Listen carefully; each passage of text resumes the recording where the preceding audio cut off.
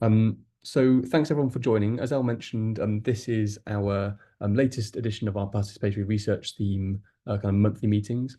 And what we're going to be talking about today is a brief run through of the participatory research strategy for our Standing Together project. I'm going to be kind of touching on some of the lessons we learned and some of the things we thought went well, but also, I guess, some learning points for our future work. And then we're going to open up into a group discussion to explore some of those themes in a bit more detail. So here becomes the moment where I try to share the right screen. So just bear with me. Right. Now I'm hoping that you can see slides because now I can only see myself. Can you see slides, Al? Yeah. Fantastic. Thanks. So let's get things off. So just for those that maybe haven't heard of Standing Together or who would appreciate a bit of a refresher, this is a project that we've been running in Birmingham for the last couple of years. And it's all around biases in healthcare data sets. And I guess the kind of grounding philosophy of Standing Together is that we accept that bias is present and is inevitable. And rather than trying to say, let's solve the problem, we're trying to say, take a step towards kind of making it more visible. So we're taking a transparency approach. If we can communicate what the biases are, then we can leave it to those people who are using data to actually make rational choices about the information they're looking at. So let's dive in.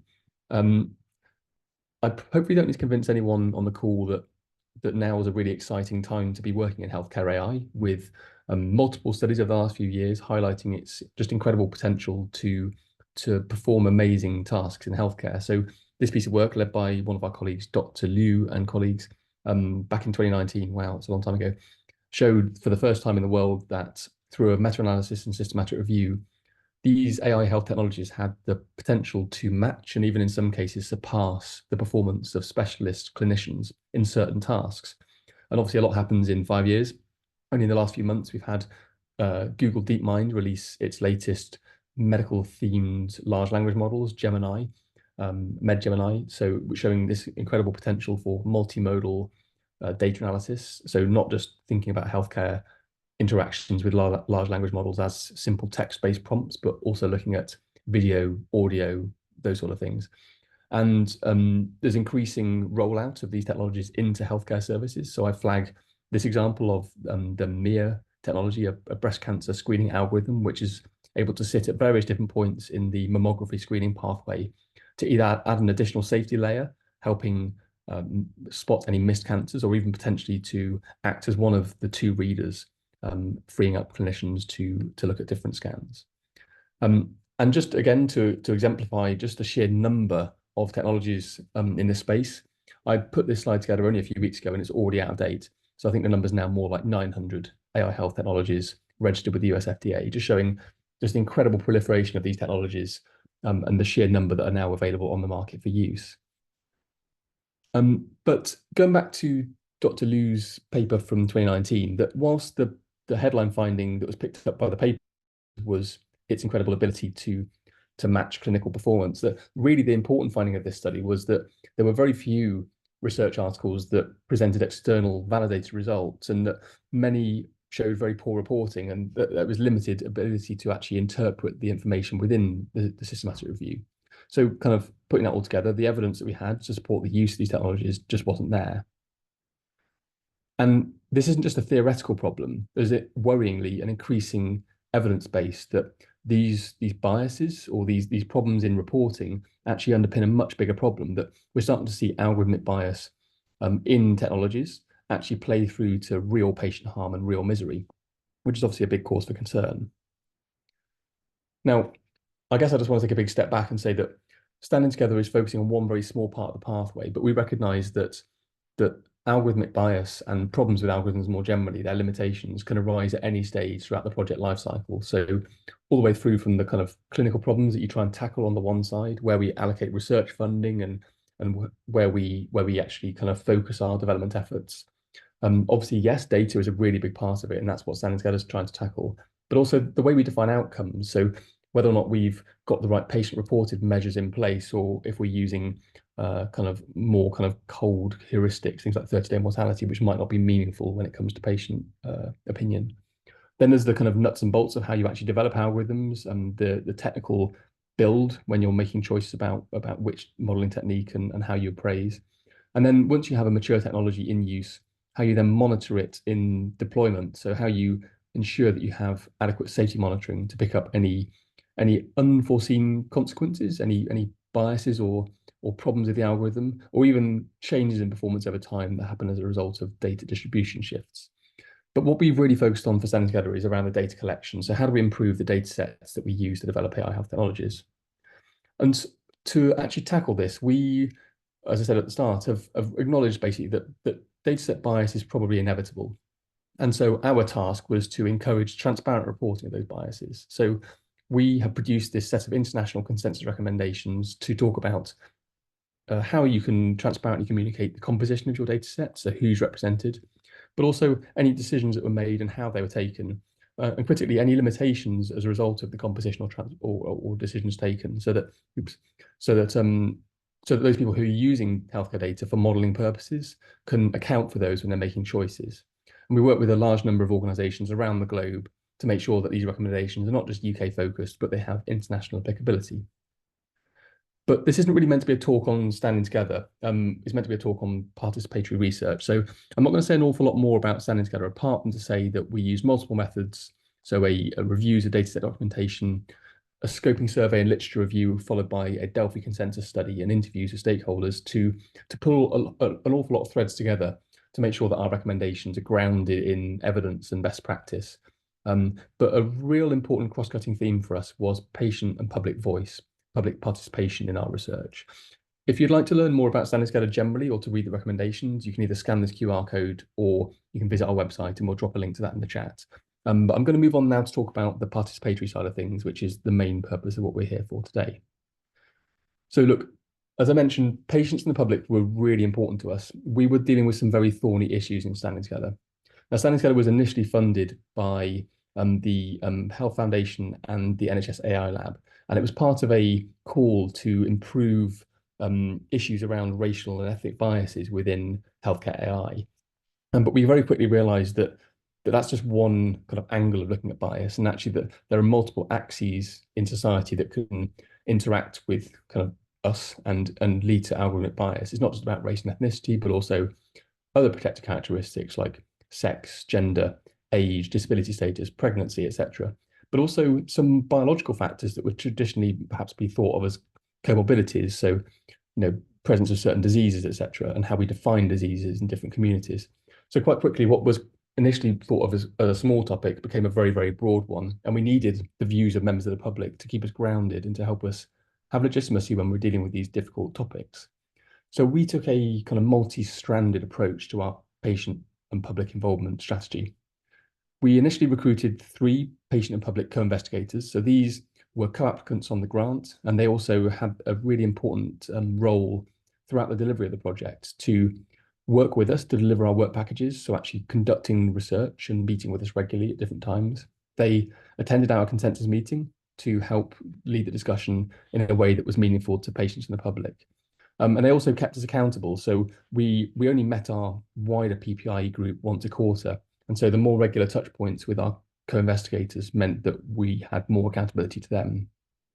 Now, I mentioned our patient and public group. For us, we called it a subcommittee.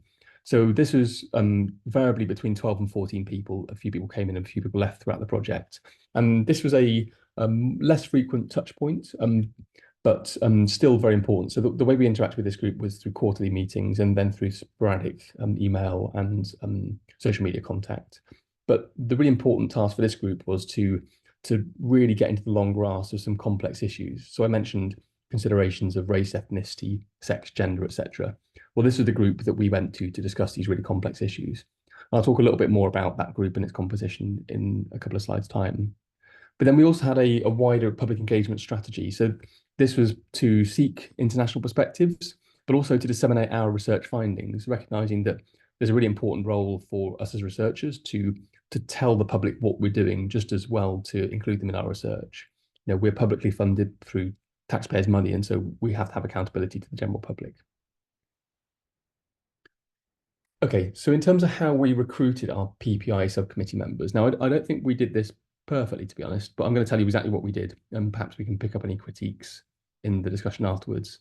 So back in, when this been March 2022, so right when the project started, we put together some written information. So a single side of A4 as a kind of information flyer, really just explaining what the project was about in very broad brush terms, but also explaining what the role was. So what a member of the patient and public subcommittee would be doing, and what was be expected of them, and how they were supported. So that was kind of some marketing information, I guess. And as part of that, we also put together a slightly longer person specification. So this, I think, was 2 or 3 pages. And this went into a bit more detail around kind of why we're asking for this, and what specifically we're kind of expecting, what we're looking for from our patient contributors. And then we disseminated these through a bunch of different networks. And simultaneously, we also did a social media push using Twitter/X. And we actually publicized this post. So we paid for some advertising temporarily to increase visibility. I think we managed to track that we got, I think it was 1 or maybe 2 of our PPI members as a direct result of our social media engagement. So again, maybe that's something we can pick up in discussion, because there's pros and cons to reaching out through social media for that sort of thing. And then the final one on recruitment is that we put together a form using the Qualtrics online platform, and that form was a set of structured questions to try and I guess get the important information from people so we could then shortlist, because we got more applications than we could take.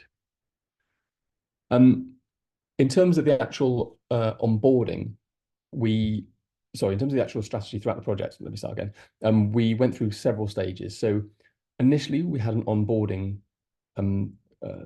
strategy, I guess. So we started off with a few meetings to explain concepts about research and science generally, because several of our members had never been involved with patient and public involvement before. Many of them aren't from a science background. Many of them hadn't been to university. And that's reflective, obviously, of the general public.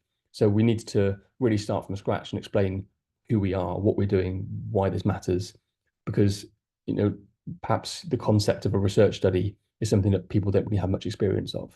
So that was a big task for us. It's not just explaining the complexities of AI or healthcare, but also the way that science is conducted. So we spent a bit of time doing that at the start. And I think we're going to talk a bit about onboarding and training in the discussion, because again, I'm not quite sure we did this perfectly throughout the project. Once we had our group up to speed, we then went through a phase of exploring our key concepts. So the concepts of race and ethnicity and sex and gender, these were really important meetings for us, where we extracted information from our group, and they provided us with really useful insights to help us actually frame our understanding of these constructs in real world experience of people who actually exist in society, rather than us as lofty academics sitting in our ivory towers. Then throughout the later stages of the project, when we were in a position of drafting our recommendation items, the meetings became more around giving direct input on those draft items, and in particular, the kind of plain English explanatory text, which was intended to help give understanding of those items, and glossary to explain what terms meant. And then towards the end of the project, when we had our final product, it was more around feeding back to members about how their contributions had helped us, and explaining kind of what exactly we'd done with their information. Now, I probably should have mentioned already, but I haven't, so I'm just going to mention it briefly now, that in terms of how we actually found our patient and public involvement members, we reached out to various different networks. So we assembled a short list of those groups who were perhaps normally underserved or not listened to in society. And we directly aimed our recruitment at people in those groups. So we sought out community groups that work with underserved and underheard communities. And we think that was quite successful in terms of how we ended up with a relatively diverse representative final group. Again, I'm not sure we did that perfectly. And certainly sending out emails to a community group isn't the only way to engage the community. But as with all of these things, it's a trade-off between time and resource, and getting everything absolutely perfect. So maybe again, we can discuss that in the discussion. So I mentioned feedback to participants. Now, a really nice framework that was brought to us by one of our colleagues, Joe Palmer, was this idea of "you said we did." So this is basically feeding directly back to participants. So we would take detailed notes about what they said in our patient and public involvement meetings, and we'd actually capture verbatim comments where we thought they were really important. And then when we'd action those comments, which might be immediately or it might be months later, we'd then feed back directly on what we'd done in response to that comment. So as an example here, you said comment was around there being different types of underrepresented groups, such as rough sleepers, Eastern European, rural and coastal populations. So whereas I think we had maybe been talking about underrepresentation from a race and ethnicity perspective, this was saying that actually it's wider than that. And so we then directly rephrased the relevant two Delphi items so that it wasn't just specifying certain groups, but actually recognizing that underserved as a concept was far wider than that. So that's just one example. Obviously, there were many, many of these throughout the project, but we thought that was really important for accountability purposes to explain when we had action stuff, what we'd done, but also those things that were not yet actioned or that we weren't going to action. Because sometimes it can be appropriate to say, no, we're not going to do that. But it's very important to explain why and to give a rationale for it. So I mentioned that we had our quarterly PPI subcommittee meetings. So this was our main contact mechanism with our patient and public subcommittee. There were pros and cons to this approach. So the pro of a quarterly meeting is that although it takes a lot of time to plan for these things, if it's only quarterly, it's normally okay, isn't it? This is something that you can do as a research team without having to maybe bring someone's bespoke in to run it for you. Meetings that are done more frequently than quarterly, you might even need someone in charge of doing that who has allocated time in their role, and that becomes costly, especially if you're operating on research grants. The cons obviously are that once a quarter isn't very often. So in terms of our patient members actually having felt like they contributed, maybe turning up once every 3 months to a meeting isn't ideal. We can discuss again the pros and cons of different timeframes in the chat afterwards. But we agreed our agenda in advance, so we as a team would meet up a few weeks in advance of the meetings, or even before that, and we'd agree kind of what we wanted to cover in that meeting. And some of that was led by the PPIE team too, and particularly our PPIE co-applicants and co-investigators who would help us with that discussion. We'd normally put together a brief Google slide deck. So we'd structure our discussion around, let's say, 10 slides. And that would be a little bit about feeding back on the project and then maybe a few questions that we put on slides themselves as well.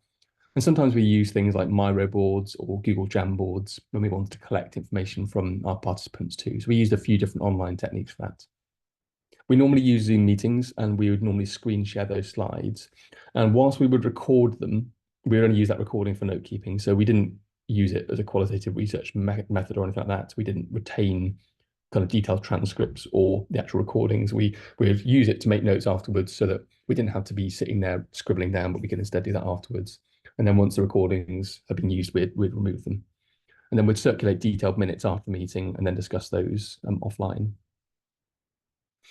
Now, I mentioned about the international perspective. So it came to our attention kind of halfway through the project in response to some feedback from some of our research colleagues that whilst we had a lot of input from the UK and a couple of our members had experience of other cultures and contexts, we actually didn't really have very much spread from across the world. And if our scope as standing together recommendations was to kind of address the entire world, which is a lofty aim, but nonetheless one we were shooting for, then shouldn't we really be hearing views from wider than just one small country in Europe, which is a very reasonable piece of feedback. So we put together a strategy to very quickly, without any additional, I think we maybe had a small amount of additional funding, but with minimal additional funding, put together an international advisory group. Now that brings a whole bunch of new problems, because if you're working across cultures, time frames, time zones, different technological backgrounds, it's very difficult to know how you make such a thing accessible. And we did think quite a lot about this. Obviously, we all have day jobs to do as well. And we settled on a combination of a Slack channel and also Zoom office hours. So let me talk through what those were briefly. So we on our team's internal Slack basically produced a private Slack channel. And then for those of you that use Slack and have the paid version, you'll know that for every member that you invite, so for every member you pay for, you can have a certain number of guests, and those guests are free. So we had enough guest spaces to invite, I think, about 30 people into our Slack. And we basically allowed them all to access this one channel. And we use that channel as a discussion board, almost like a forum, for us to post information and short videos and questions and polls and all sorts of things. And we then, engage with our community that way. And the benefit of that kind of mechanism of working is that it's asynchronous. So people can wake up whenever they wake up, whatever time zone they're in, and see what the messages are from yesterday and respond if they want to. So that was quite helpful. The other thing we did is we used to host Zoom office hours. So rather than setting, we will be online at 1 p.m. and there's a meeting we hope you'll attend, we more said between the hour of 8 a.m. and 9 a.m. GMT on this date, we will be online, and then we might also be online between 5 and 6 p.m. the same day. So we're trying to cover the entire, well, not the entire world time zones, but at least make it reasonable so that most people in our group will be able to attend one or both. And these weren't meetings with agendas. These were more kind of drop in and chat. So we might have a few questions to ask or a short Jamboard, but it wouldn't be death by PowerPoint and a full hour's agenda, much more led by who could attend for the time they could attend. And we thought that was quite a useful way of working. Now, I have some comments to make about Slack again. So it is really useful for team communication. It's perhaps a little bit clunky for uh, involvement of people, particularly if they already use Slack for their own job, because it ends up getting a bit messy in the kind of app interface if you've got too many chats going on at once. For those people who don't use Slack, it's a new piece of software to learn. So there are definitely cons to this approach as well. And I don't think we landed on a perfect way of doing this. So I'll be really interested in speaking to anyone that's done this well, particularly that's used different platforms, and maybe we can discuss different communication platforms in the discussion afterwards as well. And then a really important other way that we got an international perspective was by opening a public consultation, an international public consultation on our draft recommendations. So once we'd finished our first couple of rounds of our Delphi study before the consensus meeting, we published them as a draft green paper, which is effectively a version in edit, so not a final copy, all the caveats of this is not final. And we made that freely available on our website, and we sought comments, again, using a Qualtrics form. And we publicized that as widely as we could through various different networks and groups and on social media. And we were very specific that we wanted to hear the non-UK voice for this, because we'd already had a lot of UK input. And that was another useful way of getting guidance on kind of where we were and what we needed to work on. So, and coming into land now, I promise, I think this might be my last slide. Reflecting on our experiences, I don't think we did everything right, to be honest. I think if we were starting again, we'd do things quite differently. That said, you can only work with what you have resource-wise, but also you can only work with the knowledge you have. So we're all now much more experienced in participatory practices than we were at the start of the project. So I'm not going to criticize us too heavily for doing stuff perhaps slightly imperfectly, because we learned as we went along.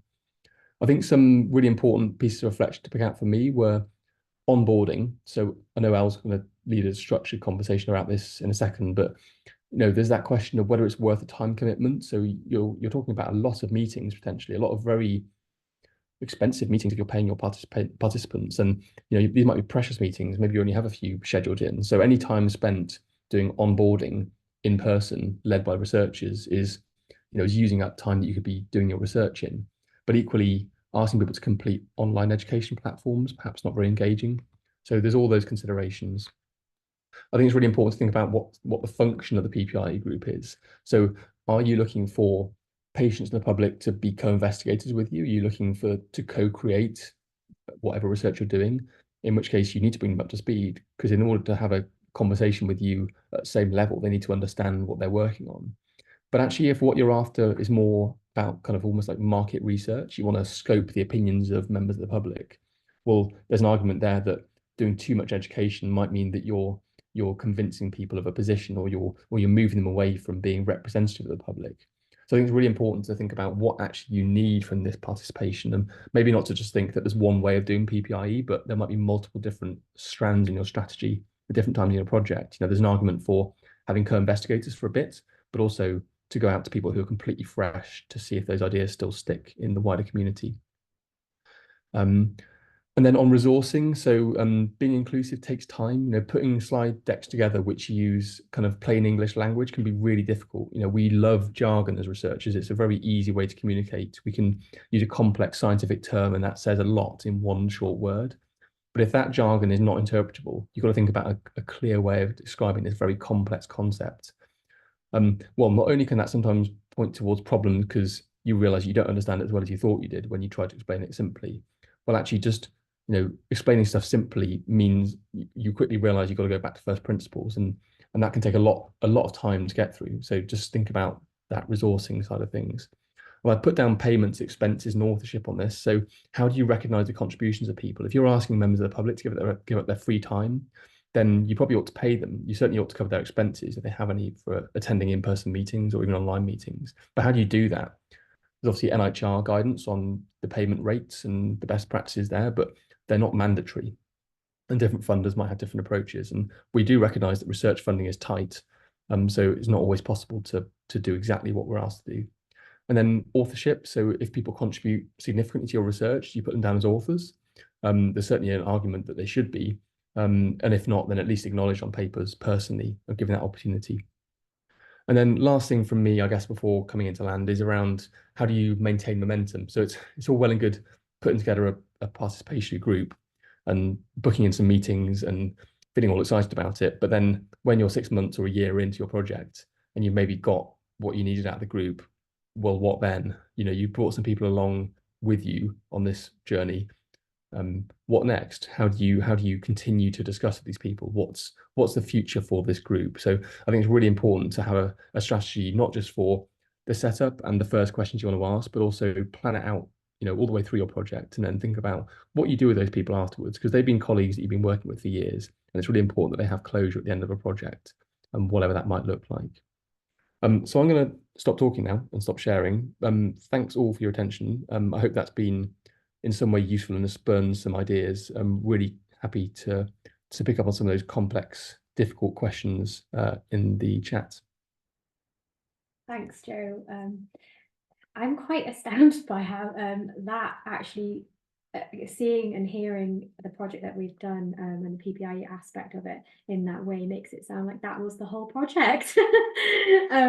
So yeah, there's definitely a lot of thought you can put into the PPI aspect of a project, and hopefully it sparked some sort of thoughts in everybody's minds. But I just wanted to pick up, Joe, on one of the conversations that we were having yesterday, and it kind of it relates to this idea of onboarding, and we were discussing how actually there is a school of thought that by onboarding people you're biasing them, and perhaps that comes from more traditional qualitative methods, but actually we were saying that within the PPIE space, maybe it's not about biasing people, it's actually about co-creation, and that's the purpose of them being there. It's not to do with them giving their absolute opinion and that's the ground truth here. Here it's about co-creating something and making sure it's grounded in society, and I wondered if you had any thoughts about that. Yeah, it's a really interesting problem, isn't it?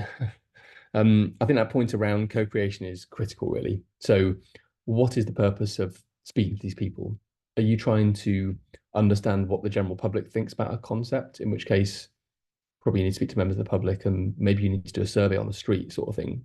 Maybe putting together a PPI group of 5 people isn't going to get you that answer. I think what most people are looking for when they put together a PPI group is some legitimacy. So they're looking to bounce ideas around, to explore them with people who are not researchers, to get the messaging right, to be able to communicate those complex questions to members of the public. And then only then can they say with some confidence, this isn't just a great idea that some researchers in a room thought up, but we actually did involve, you know, people who are taxpayers, who are carers, who have lived experience of health conditions or of health and care services. Only then can you say with some degree of legitimacy that this is an appropriate thing to do. But I don't think there's a right answer here. I think it's very context dependent, and there's certainly arguments for both approaches. Yeah, so true. Ellen, did you have something to come in? Yeah, I had a question, if that's okay. And I guess I was just reflecting on some of the projects that we've been funding. Some of them are about they can be about quite like emotionally I don't know, like even traumatic things. And as you said, Joe, like there are obviously some topics that can be quite difficult and thorny to think through. And I just wondered whether you have an approach about like the support that you provide the people that you're working with, because obviously then they, like, not to get to like employment law about it, but I guess they're not employed by the organization, they're like contractors in a sense if you're paying them, and sometimes for some projects they won't be paid. And so like what kind of support can we be preempting to make sure that people, when they speak about things that could be like re-traumatizing them, like we certainly didn't have an answer when those sort of things came up, so I wondered if that's something that you thought about. you want to go, Jill? Yeah, I can go. Thanks, Ellen. This is a really big problem, I think. So there's a few different angles to this. So I want to say it now so I don't forget, but I don't think this is the biggest point here. But on payments, as you rightly say, you're probably not employing these people. You might do. They might have a contract with you, but in most cases, they're probably going to be paid through some sort of, pro rata per hour payment, maybe in cash or maybe through vouchers. Well, it's important to think about from a kind of welfare perspective, what implications that payment might have on that person. So if they are from an underserved community, perhaps they're not working, perhaps they have a disability, making those payments probably is a taxable benefit. And it's important people understand what implications that might have for them. Because we mustn't be advocating for benefit or for tax fraud. That's really important. So I don't know the law well enough to know whether these should be declared to HMRC, but that could have impact on eligibility for certain benefits, which might then be a really big problem for participation for certain people. So that's something I don't fully understand. Maybe we can go away and do a bit of reading on that and speak to some legal friends and come up with an answer. But I think that's a bit uncertain at the moment as to what the law and kind of government guidance on that. On welfare, so we discussed a few quite thorny issues in our discussions, and there's both a bit around how do you make a safe space so that people feel willing to share that stuff, and how do you respect the fact that people are sharing this very confidential information, very personal information, and how do you make the most of that so that it's been worth their time. So right from the start, we implemented a kind of version of the Chatham House rules in our PPI groups meeting. So for those that don't know, Chatham House rules would say that you're able to say anything that anyone else has said, but you shouldn't attribute it to them personally. We went a little bit further and kind of intimated that you might say in general terms what people have said, but you're not going to quote them verbatim.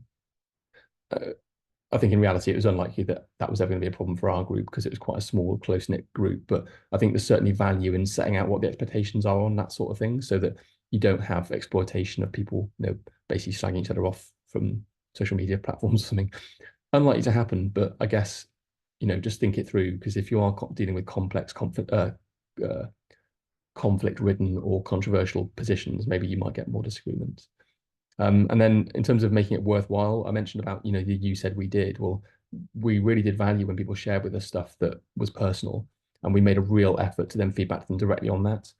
So I think that's another really important thing is, making a clear path towards a change that we've made as a result of you having shared it, so that we're signaling not only is it safe for you to share, but also if you share, that helps us and we can then make the world better kind of with you.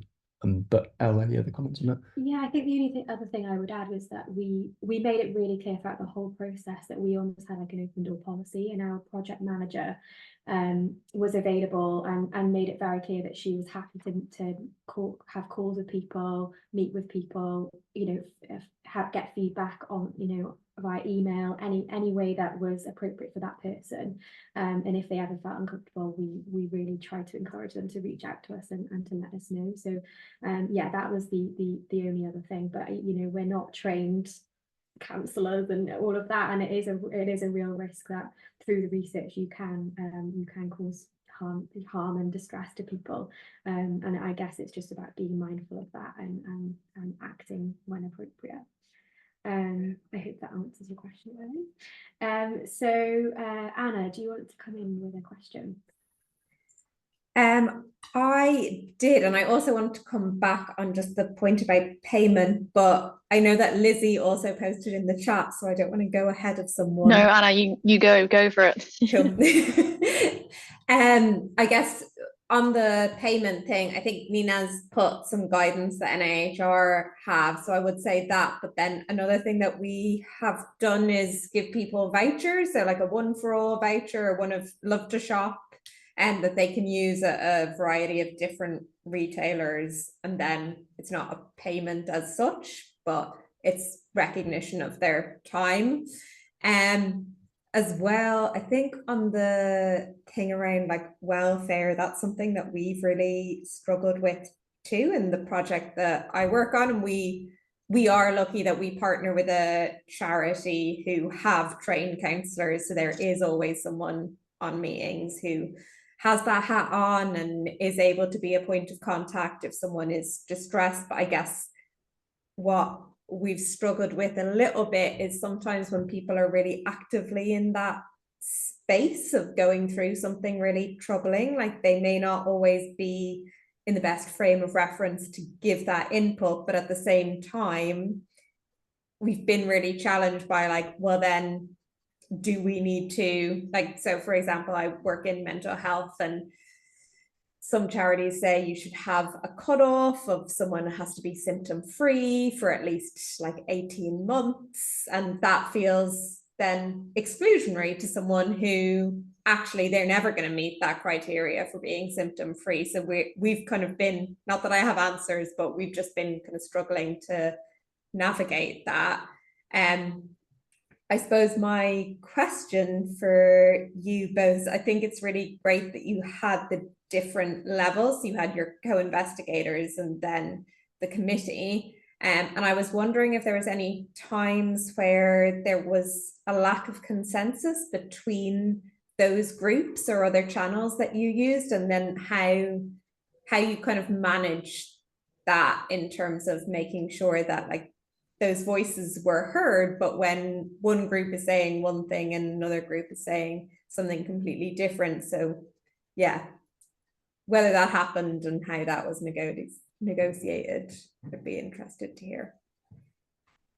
What specific example? No, Tricia. Yeah, no, I don't have a specific example, but I think it was a difficult project because we wanted it to be internationally applicable, and so actually when we got the feedback from the international community, we needed to make sure that we weaved in their opinions into the recommendations.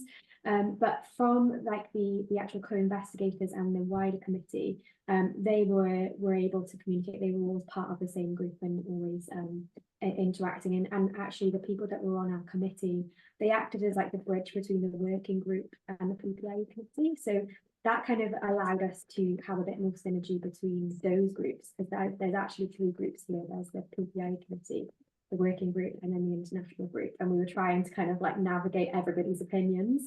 And yeah, it was, you know, it's tough, like, but we didn't come across any specific examples where there was incongruence or anything. So I guess we were lucky. Yeah, I think also when we're working in a kind of there is no right answer space, that makes some things slightly easier. We set out that there are diverging views and all views are valid. And I think that just helps. Okay, Lizzie, would you like to come in? Thank you. Also, so nice to see you, Anna. I was like, yay, Anna. Yes, I think the topic is really interesting, and I was just so I work with a very diverse group of PPIE participants based in Tower Hamlets on a project that uses AI to look at electronic health records, and I find it very difficult to know how much training should be given, or like onboarding, I think you call it, for people to be able to participate and kind of have a say in topics that are perhaps they don't already have knowledge about, like AI, and actually whether by doing training, I actually exclude certain people from participating, because in the group that I work in, no one has been to higher education. A lot of people have also are not kind of originally from the UK. It's kind of very reflective of the demographic of Tower Hamlets. You know, the literacy levels, kind of reading and writing really vary, so I can't really use kind of written materials and things like that. So I think, I don't know, I've really struggled to know how to pitch it, and I think about a lot whether I'm actually kind of actually increasing lack of representation like through using training as like a method to make sure that people have a similar level of understanding, if that kind of makes sense. I still struggle to like know how to talk about it and how to like frame it, but I'd be really interested to hear your thoughts. Yeah, thank you. Really important kind of topic, really. I don't think we have any answers to this one. I think we just have a general agreement with your uncertainty, and maybe some points we've been thinking about. So I guess there's some really nice concepts in qualitative research and kind of social sciences generally that I think are really helpful. So Elle touched on it earlier, the idea that rather than seeing our job as PPIE kind of people, as you know, extracting pure information, there is a universal truth. It's our job to be impassive and to allow people to say what they want to and not bias them, and to do the absolute minimum and yada yada. I think that one is for the birds, really. I think in reality it's much more likely that we will see ourselves as co-creators of our patient public groups. So we go on a journey with them. Anything that comes out of that conversation is the product both of them and their lived experience and the way they choose to communicate, but also the way that we communicate with them and the way that we influence them. And that's not a bad thing. It's not, there's no value laden on that. It's just a thing that there is. So I guess we need to be reflexive of our influence on our participants, but not to get too hung up on doing it perfectly, because there probably is no right answer to any of this. There's just the way that we influence them, and we just need to account for it, I guess. So I guess on your kind of point around, how much education for particularly underserved groups where you work and the topics you're working on, but also, how to pitch information, either written or verbal. I guess it's just a bit of it's trial and iteration. If things don't land well, then doing things differently next time. Maybe a bit of user feedback once you get to the end of a project on what could be done better. But I think also just letting ourselves off the hook slightly, that say we'll do the best we can. We will never get it right, and we just try to do the best we can. Really, I don't know. It's hard, isn't it, Al? I think, yeah, one thing that we haven't mentioned was that for a portion of this project, we had a PPIE professional come in and help us facilitate some of the sessions, and that was really interesting because she had a really a wealth of experience in facilitating these sorts of things, and we got a lot of tips and tricks from her, and it's obviously funding dependent, but actually her value was huge at that first point. We then ended up taking control of it ourselves afterwards, and being the facilitators ourselves and deciding what the agenda looked like and things like that. But I think actually for us as kind of naive PPI facilitators at the start, it was really useful having that professional input to kind of guide us in our decisions. And so she was there for the start for when we explained some of these concepts, and actually we did hand over some of that responsibility to her. And yeah, I guess for us it was a really good learning curve to see how she kind of navigated that. Okay, so there's a question in the chat from Mavis. She said that she's interested in a discussion of diversity within PPIE versus the diversity needed in actual data sets. And these two might not be exclusive, but the weighting given to each in healthcare is different. And how did we balance that? Yeah, that's an interesting one. So I think maybe what you're getting at there is the fact that society isn't the same thing as data, and that that there are certain patterns of exclusion within healthcare data sets that might not be the same exact overlapping patterns of exclusion within who we hear from in patient and public involvement. Which is so true. In a way, when we're solving a data set problem, we kind of want to hear from those people who are typically excluded from data sets. It's just hard. We didn't think that deeply about this, I'm going to be perfectly honest. We did our best to make sure our patient and public involvement group and our international advisory group were broadly representative of the UK / various other countries that we work with directly. But the reality is, with a group of 12 to 14 people, there's only so far that you can go with representation, and it's just always a bit limited. We did our real best to reach out to communities and groups who typically don't engage with scientific research. That was our grounding principle in setting up our group. So we specifically worked with groups that work with kind of ethnic and racial minorities in the UK, groups that are dedicated to trying to improve interaction with science, various different PPI networks who have already done a bit of legwork and heavy lifting, kind of reaching out to communities and building trust. So that was our kind of real focus. I don't think we balanced it properly, and I'm not even sure if we could do it differently if we were to start again, to be honest, just because of how resource intensive that would be. But Mavis, did you want to come back in on any of that at all, or? Yeah, sorry, I have a cold, so. Okay. No, it was just something that came to my mind when you were speaking, and I completely appreciate that. It's difficult to make those choices, especially when you've got a small group.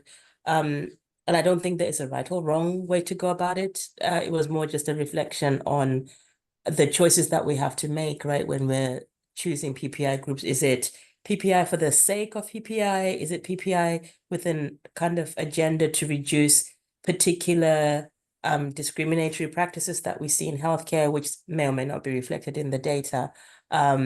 especially when you're showing the slide on, the what you said and what we did, people are rightly saying there are different ways to sort of cut diversity, and I think that's really important.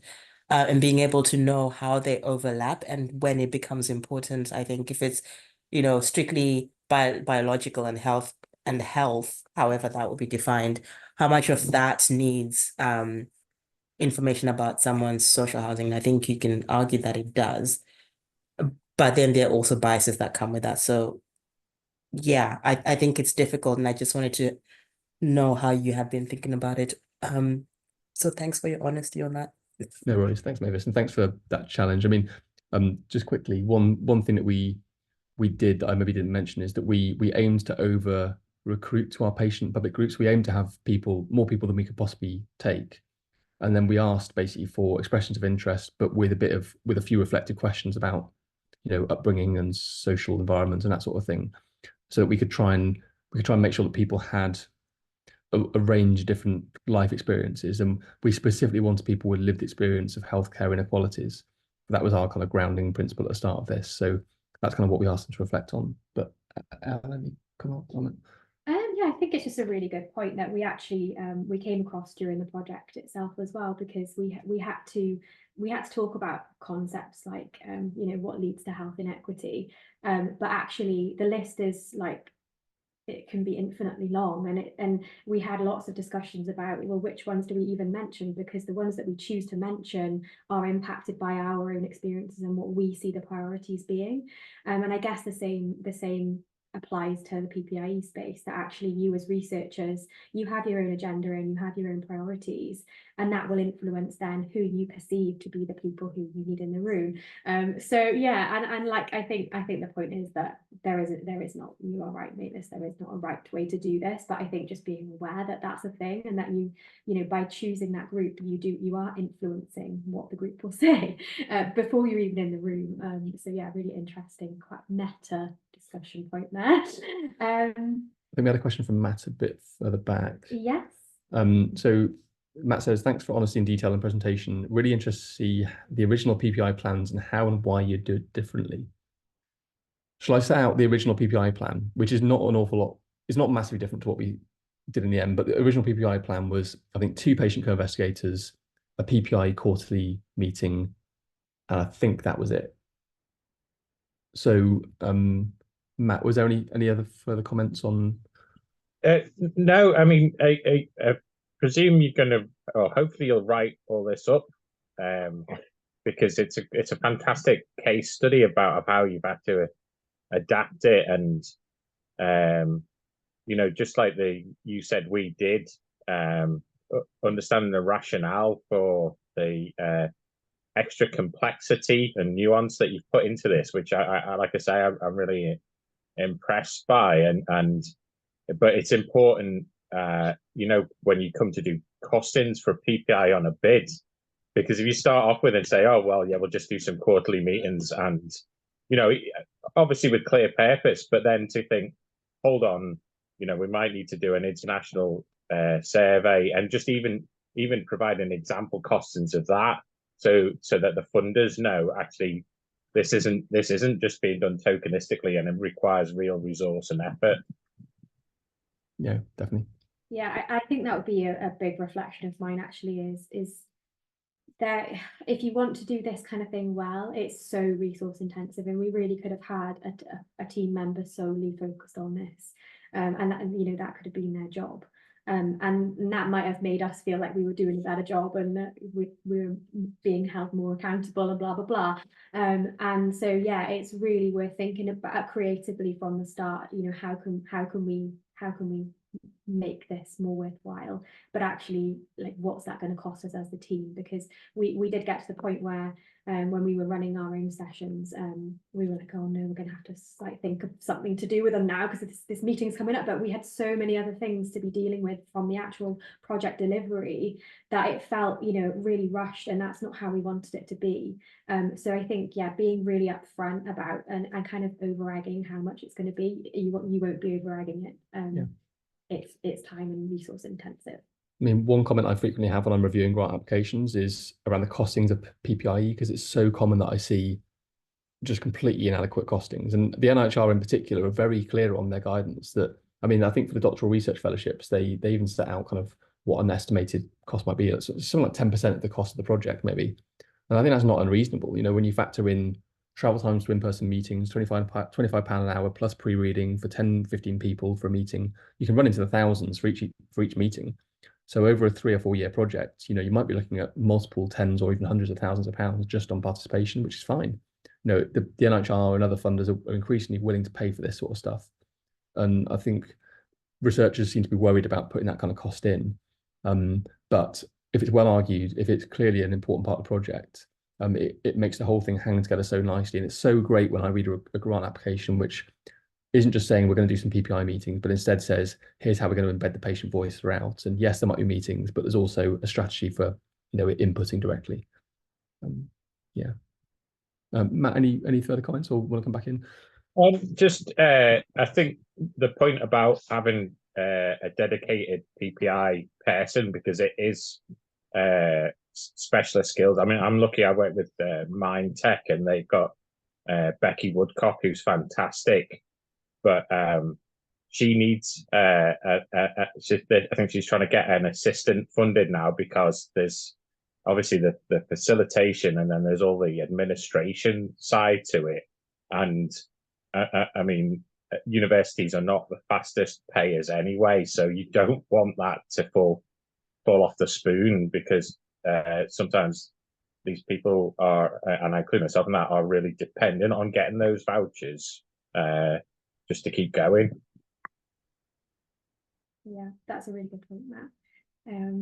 Well, I think we are heading towards the end of this meeting, but I'm so pleased with how it's gone. Thank you everyone for contributing and asking us questions, putting us on the hot seat. I've got a quick poll, which would really like you to give us some feedback if possible, because we'd really like these events to be led by you. We want you to kind of suggest things, and perhaps also if you've got your own experiences that you'd like to share and get feedback and have this sort of discussion about how things have gone or how things are going, we'd love for you to feature on these webinars. So so please do reach out to us if you would like to be on the lineup. Yeah, we'll leave it there for today, and we will be in touch in a few weeks' time with our next webinar. And just to mention again, just to close it off before Joe comes in, if anyone would like to sign up to DSxHE, then please do. We've linked the website in the chat, and so yeah, it'd be great to have you on board in the community. Joe, did you have? Yeah, just a really quick one. I see we've got Jay on the call. Jay, I wondered if you wanted to quickly mention about the mental health participatory stuff we talked about. Oh, hi. Yeah, thanks. Hi, everyone. My name is Jay, and thanks for the really interesting discussion. I'm actually the co-lead for the DSxHE mental health theme, and one of our projects is to co-produce training resources with and for PPI members in the field of mental health data science. So if anybody wants to get involved, just drop me an email. Thanks. Thanks, Jay. Do you want to just drop your email in the chat so people can reach out to you? We'll do that. Brilliant. Okay. Well, thanks again, everyone, and we hope to see you all at the next event. I'm going to end the poll.